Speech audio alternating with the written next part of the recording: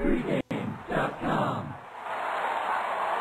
Seattle is in their largest home underdog role in the entire Russell Wilson era.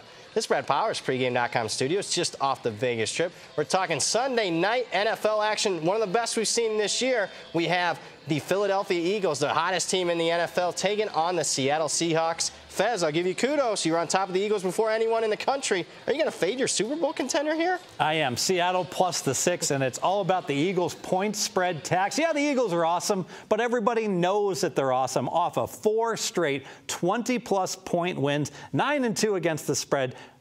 But those blowout wins have been against cupcakes. The 49ers, Denver, Dallas, Chicago. They have not played a good foe in more than a month. Yeah, you mentioned 4 straight blowout wins. How about 8 straight covers for this Philadelphia team? And on the whole, oh my goodness, you look at the favorites in the NFL. It hasn't been good for the wise guys from week 7 through 12. The favorites have hit 70%. What's been the impact on that? Yeah, since week 7, the books have absolutely gotten crushed by the public in parlays and teasers, everything, money lines on the favorites.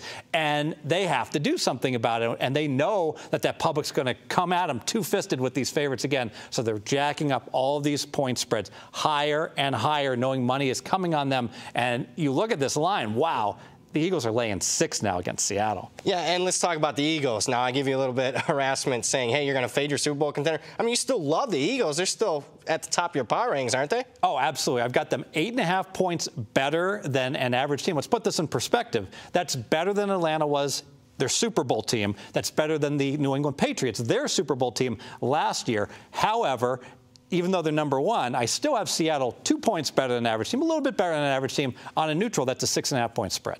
Yeah, hence the value there. Your second key handicap. Second key handicap is the home field advantage for the Seattle Seahawks, number 1 in the NFL. I have them rated 4 points, the 12th man, and that's a generic number based upon all games. Well, this is a Sunday night football game. They're a home underdog. If ever there was a time that 12th man's going to rise up and be even stronger, it's this game. And they've risen up in the past, at least on primetime games. They were 15-6-1 on Monday Night Football, but they did lose to Atlanta just a few weeks ago. Are the injuries in the secondary, particularly to Richard Sherman, Cam Chancellor, they catching up to them? I think they are catching up to them, and that's why this spread is so high. Let's face it, even with all those injuries that were there for the game against Atlanta. Atlanta's my 4th rated NFL team.